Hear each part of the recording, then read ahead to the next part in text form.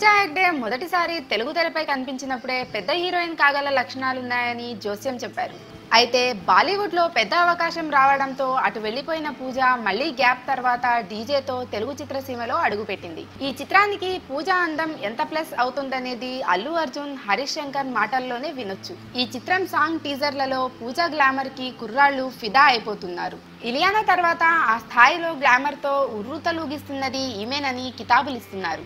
మొదటి 2 సినిమాల్లో సగటు యువతి తరహా పాత్రలో కనిపించిన పూజ డీజేలో మాత్రం తన గ్లామర్ తో కిర్రెక్కిస్తోంది. ఈ చిత్రానికి పూజ వైపు నుంచి కట్ అయ్యే టికెట్లు పెద్ద సంఖ్యలోనే ఉంటాయనే టాక్ వినిపిస్తోంది. ఇప్పటికే ఆమె డేట్స్ కోసం పలువురు పోటీ పడుతూ ఉంటే కొందరేమో ఆమెకి 8 అంకెల పారితోషికం ఇవ్వడానికి కూడా వెనకాడడం లేదు. ఇలియానాలా కొన్నేళ్ల పాటు పూజ కూడా తెలుగు చిత్రసీమని ఊపేస్తుందా లేదా అనేది చూద్దాం.